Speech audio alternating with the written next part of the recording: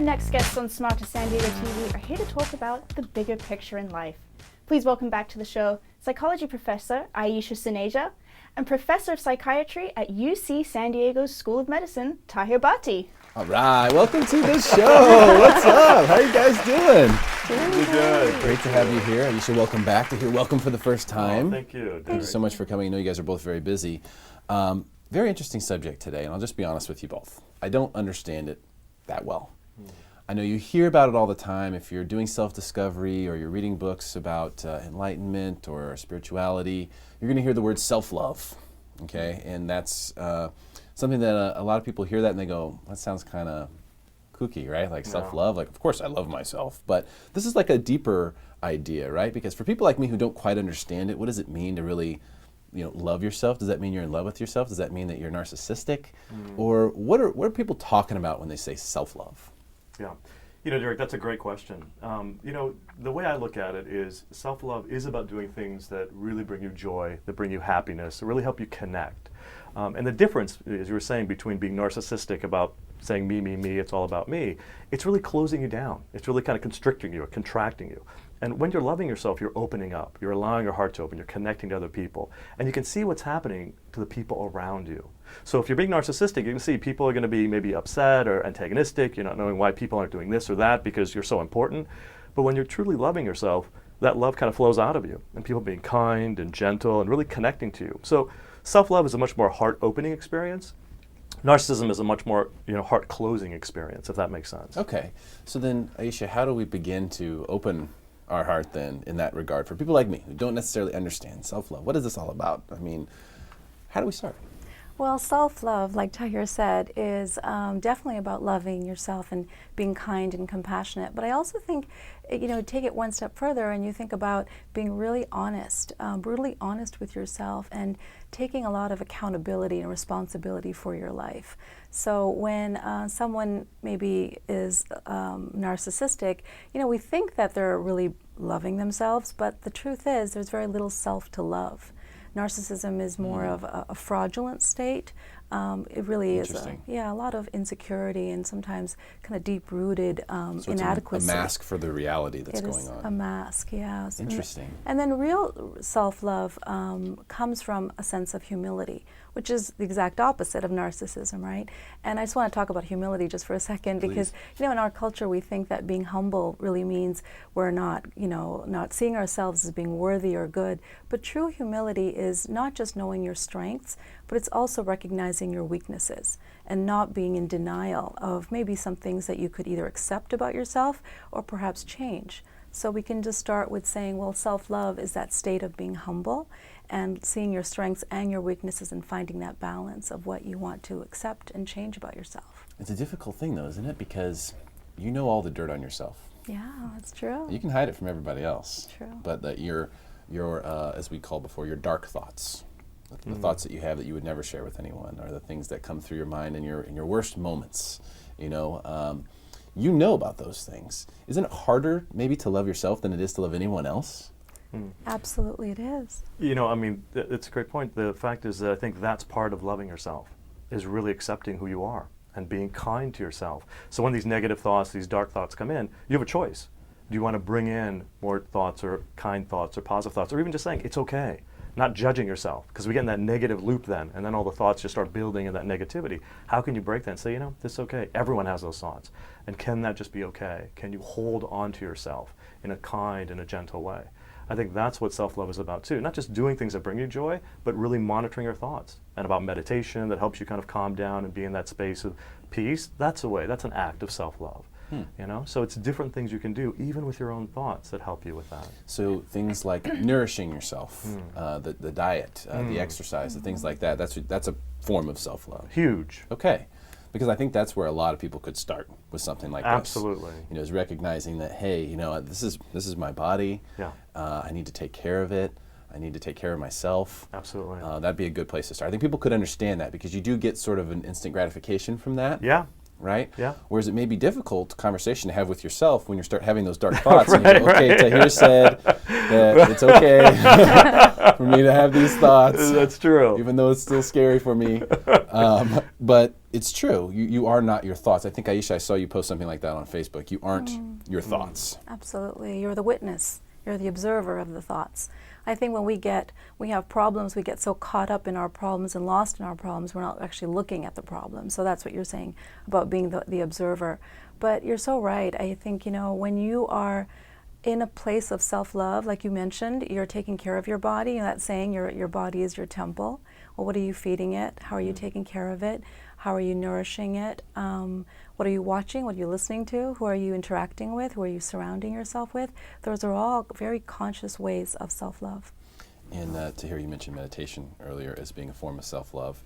And what's interesting to me about meditation is most of the people that I talk to, I say, have you tried meditation? They say, yeah, I tried, but my mind's just too crazy. I can't do it. Right.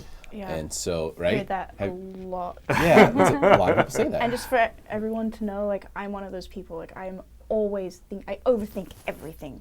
I need to meditate to just kind of get rid of all those thoughts and just focus on one thing or Just nothing. chill. Yeah, Absolutely. just relax. Well, Yeah. if you think about it, having all those thoughts is sort of like mental diarrhea. Yes. That's kind of what it's like. I have a mental diarrhea, yes. So what happens when you have physical diarrhea? It usually means you ate something bad. Right. So if you're having mental diarrhea, Perfect. what does that mean? What are you Such a good feeding way your to put mind? it. You know what I Yes. mean? Yeah. So if you're feeding your mind lots of stress and toxic things and negativity, then of course you're going to Absolutely. have that mental diarrhea. Yeah. But if you look at what you're feeding your mind and go, okay, I'm going to feed myself more meditation, more yoga, more peace, more time to just sit there and not do a thing, whether Yeah. you're meditating or not. Just sit there and don't do anything. Just look at stuff. Right. All those things sort of feed the mind and help it clear itself. I think that's also something that people could do to sort of take a step in this direction. Because I'm the same way. I might be the same as you. I hear self-love and I go, oh, come on, that's tough. That's too hard. How can you love yourself when you know all these things about yourself? But you can take steps in the right direction, Right. which help guide you that way. So I don't know if you guys know this or not. I probably haven't told you, but I'm doing yoga 5 times a week now. Oh, that's great. nice. Fantastic. So 5 days a week I'm doing yoga. And I really do believe that yoga is the solution for a lot of the things that people have as ailments. Because the body is extremely complex. Yeah. Right, Doc? Absolutely. I mean, the body is, Absolutely. it's crazy how many tendons and muscles and bones and neurons, just all these crazy things that are going on. Right. And cells, tens of trillions of cells in the body that are all harmoniously working together. Well, you have to somehow exercise that. You have to somehow massage that. You have to somehow treat that. And if you don't, then obviously it's not going to work in an optimal way. Absolutely. Right? Self-healing. This is very self-healing, what you're talking about. Doing things, yoga allows your body to maximize this innate healing potential we have. You break a bone, you get a cut, you do nothing to make that repair itself. That happens just organically. And you're maximizing that potential to allow healing in your body. Yeah. Yeah, love it. It's pretty cool stuff. It is. So, you Kind have of a question? here. Go ahead. Kind of backtracking to negative thoughts. When we kind of overwhelm ourselves with negative thoughts, how do you differentiate between it's okay and I should probably do something about this? Or do we need to do anything about it? Well, the way I would look at a negative thought, what we would consider a negative thought is it healthy or is it unhealthy for me? Is it causing me stress? Is it helpful? Is it going to actually make things better? Is it going to improve my life if I keep thinking this thought? Or am I just ruminating? Or am I problem solving?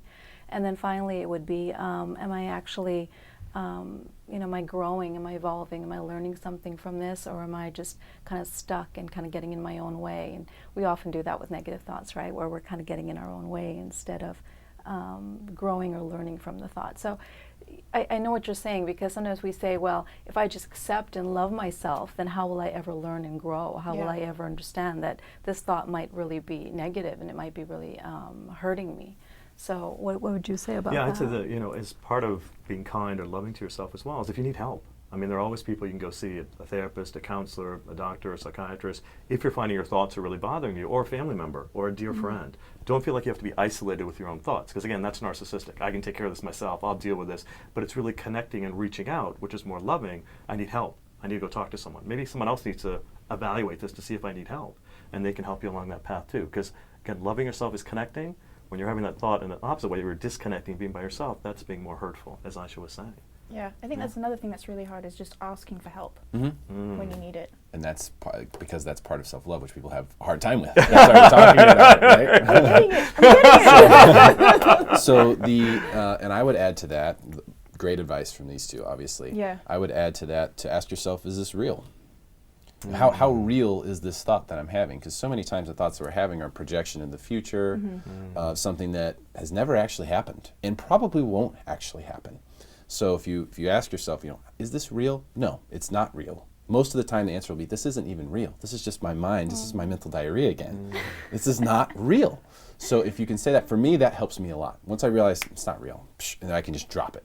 Maybe that'll work for you, maybe it won't, but something to just consider in that line. And so we started with the idea of the difference between self-love and sort of narcissism, or where the ego lies.